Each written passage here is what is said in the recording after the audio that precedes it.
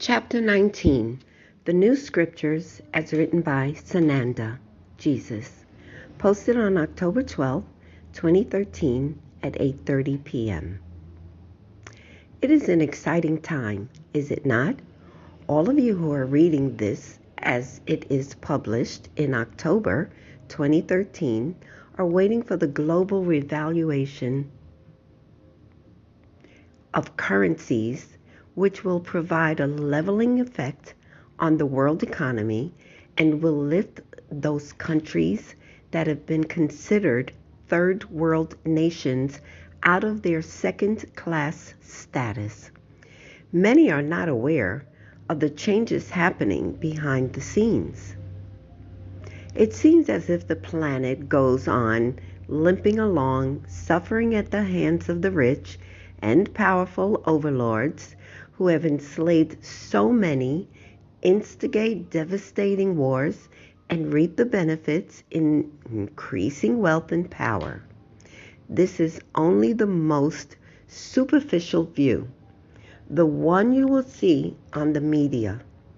The reporting is sensationalized, carefully culled to uncover the most fear-inducing representations of events.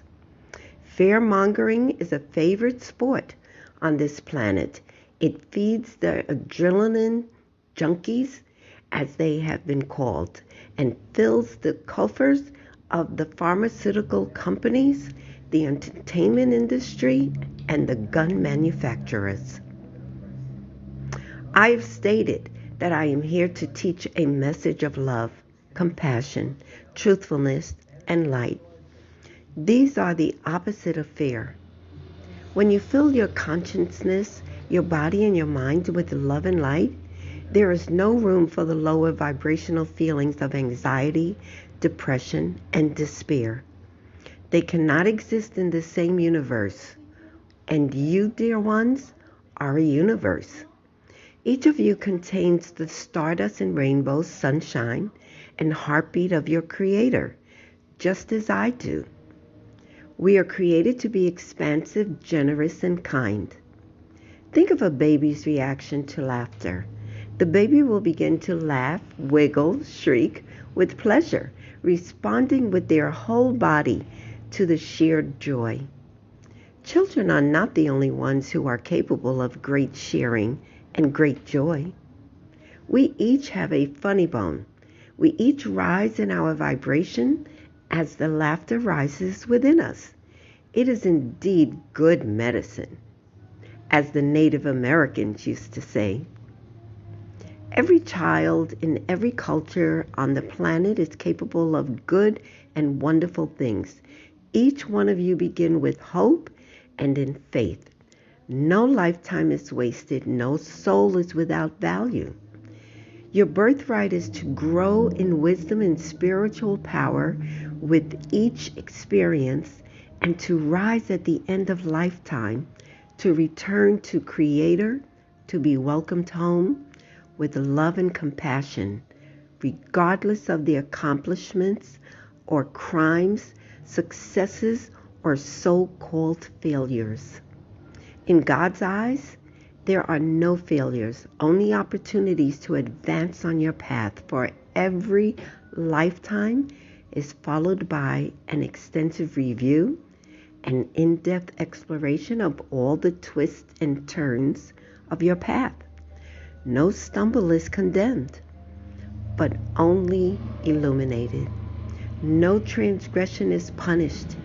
It is only revealed and examined, understood, and forgiven.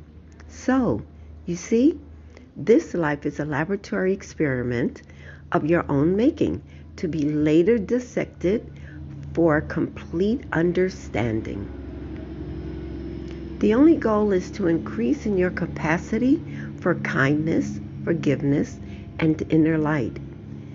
If a life of wrongdoing is the most powerful lesson, perhaps you arranged it for yourself, setting up the conditions which would make your fall from grace inevitable. There is no better way to learn humility. By the time you have lived a long life as a soul, some of us were earlier creations with more experience in the ways of incarnating on earth. You have experienced life through every possible prism. A thorough education involves lives as princes and paupers, kings and queens, slaves and slave masters. There is no hierarchy of heaven other than the recognition of power and wisdom gained among the path of ascension on planet Earth and elsewhere. It is now a time of accelerated learning. You're being given the opportunity to lift yourselves out of the darkness you have been immersed in for your entire embodiment here. Only weeks ago, the entire reptilian race left voluntarily or were removed from the planet. What is left now for you to work on is the residue of dark ideas and feelings. These patterns have become embedded in the culture, so much a part of the group consciousness that you hardly notice them. The feelings of lack of anxiety about your survival and the pervasive feelings of unworthiness are all a part of the leftover energy you will need to completely clear away in order to prepare yourselves for your ascension. In these messages, which I will give you over the next few weeks, I will offer suggestions for clearing away the old thought patterns and replacing them with light. This has been the process all along, approaching each obstacle one at a time, addressing the inaccuracies and dark feelings they engender, and raising your vibration to eliminate them entirely. We are now working toward complete healing, complete understanding of your own inner workings, your thoughts, feelings, and actions. Let us address one of the concepts which has caused massive difficulties on the planet. It is the idea that all humans are naturally aggressive and territorial. We will hold this idea up against the reality of life in many different areas of the globe. There are cultures in the high Andes, in the South Seas, and in the Himalayas, for instance, where communities have lived for thousands of years without a war, without discord, even though many of them are what would be considered very poor by Western standards.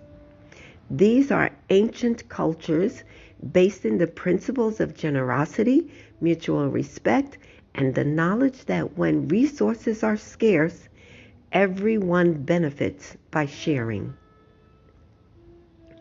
These human communities are the direct contradiction to the idea promoted by the reptilians that scarcity leads to war, and natural resources will be fought over and brought under the ownership to the strongest and best armed conquerors. You were encouraged to accept these ideas as Darwin did, as inevitable, just the way humans are. This is simply not true. People who are left to their own devices will most often attempt to trade, negotiate, or for gifts and work to resolve problems peacefully, unless they are subjected to a constant barrage of propaganda urging them to be afraid and therefore ready to attack at the slightest hint of movement on the part of the enemy. It has been an often used strategy on the part of those in power to arrange a false flag incident, an attack in which the war-hungry leaders stage an aggressive action against their own people, which is then blamed on the target of their war lust. Recent examples are the burning of the Reichstag by Nazi troops dressed as Polish soldiers, and the underground government attacks on the Twin Towers in the U.S. on 9/11, which were blamed on Muslim terrorists.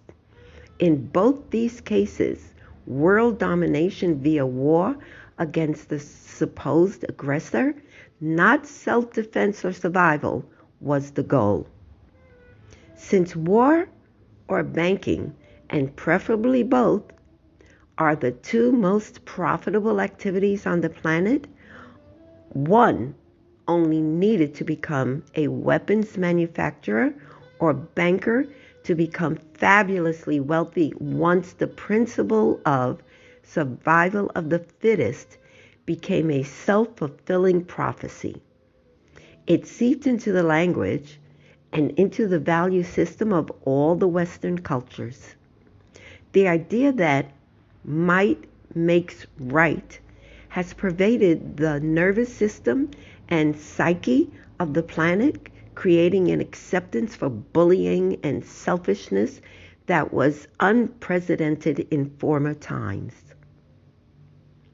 It is your work to ferret out all the lingering dark thoughts and feelings in order to prepare for your ascension. You will need to shake them off the way a dog shakes off water off its back. Be determined in your search for the roots and tendrils of old thinking.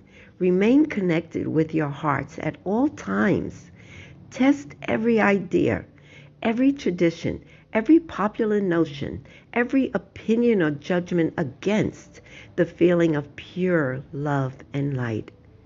Does the idea, habit, tendency, or state of mind raise your vibration to a higher level of love? If not, discard it without a moment's backward glance. This is a difficult process, dear ones, because I have just told you to leave behind all favorite guidelines, the belief systems which meld you to your family and your culture. Let's review the process. You hear yourself thinking a negative thought. That person is dressed in rag clothes. I mustn't look at them because they will want something from me, and I am in a hurry to get to work. Or, my boss is in a bad mood today. I have to avoid him because he always yells at people when he is in a bad mood. Now, look at these incidents or any other that fits your situation better. Both responses are based in fear. Fear brings down your vibrational level. Something needs to go. What is wrong with these responses? They originate from ideas that generate fear, like I don't have enough, or I am in danger of being humiliated, and that would be devastating. Now, breathe into your heart mind, the connection between the center of your heart and the center of your brain. Begin always with the heart feelings, then let them rise up to instruct and inform your mind. Go back to the street corner with the beggar and feel what your heart tells you. Here is a human being with a story behind them. Perhaps they would like to talk. Maybe I could be of help to them. Maybe a few dollars, since I have so much. I wonder. With the boss, you might begin with, I wonder why boss is having such a bad day. Maybe I can cheer him up if I bring him a cup of tea and ask him how he's feeling. He must be in a pretty bad way if he is behaving so aggressively.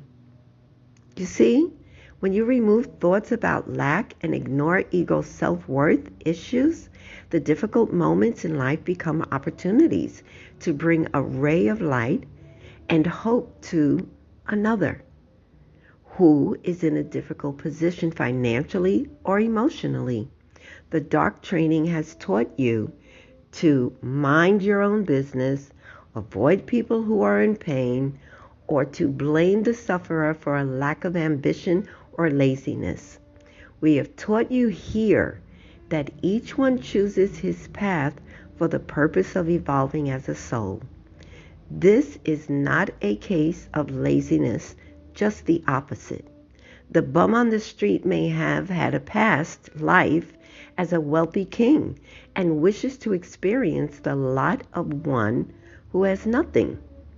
A boss or other person who is in a position of power over others and abuses that power probably learned to behave that way at the hands of his or her parents and needs to relearn how to treat others with kindness. Give him an example to follow. You, dearest ones, are the torchbearers, the ones who will inspire change in the people around you by the way you respond moment by moment as you go through your day. You have a profound effect on everyone whose life touches yours, even in the most casual way. Your energy emanates outward from you, filling the space around you with the vibration of love or fear, whichever you choose. Do not forget that anxiety is fear, must be completely eliminated from your life. When you accept our love, you will be able to fill your heart with the feelings of kindness and generosity we feel toward you. It will become a part of you, a part of who you are, like breathing.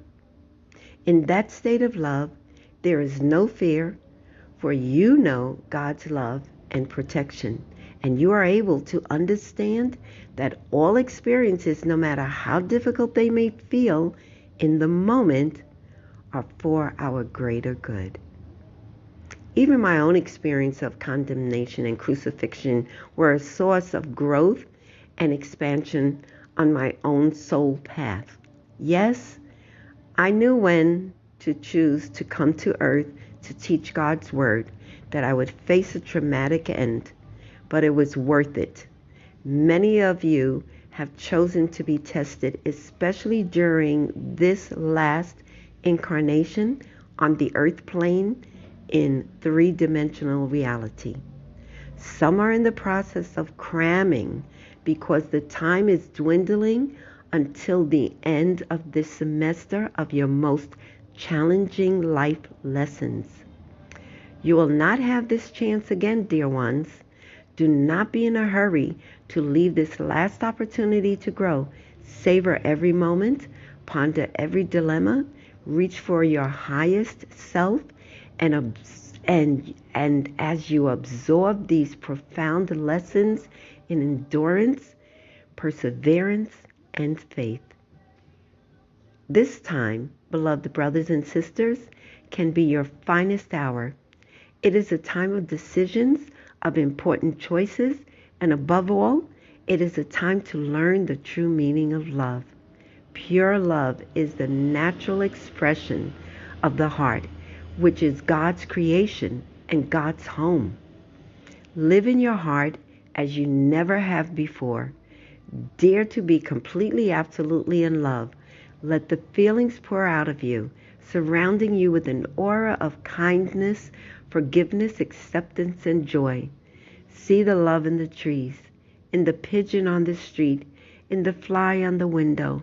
Look into the eyes of a child and return their gaze with adoration. You are the finest creation of life. Embrace it with all your might and will, and you will rise even higher in love and light. You are ascending. I embrace you. I am Sananda Jesus, your brother. Transcribed by Catherine E. May, October 11th, 10 p.m.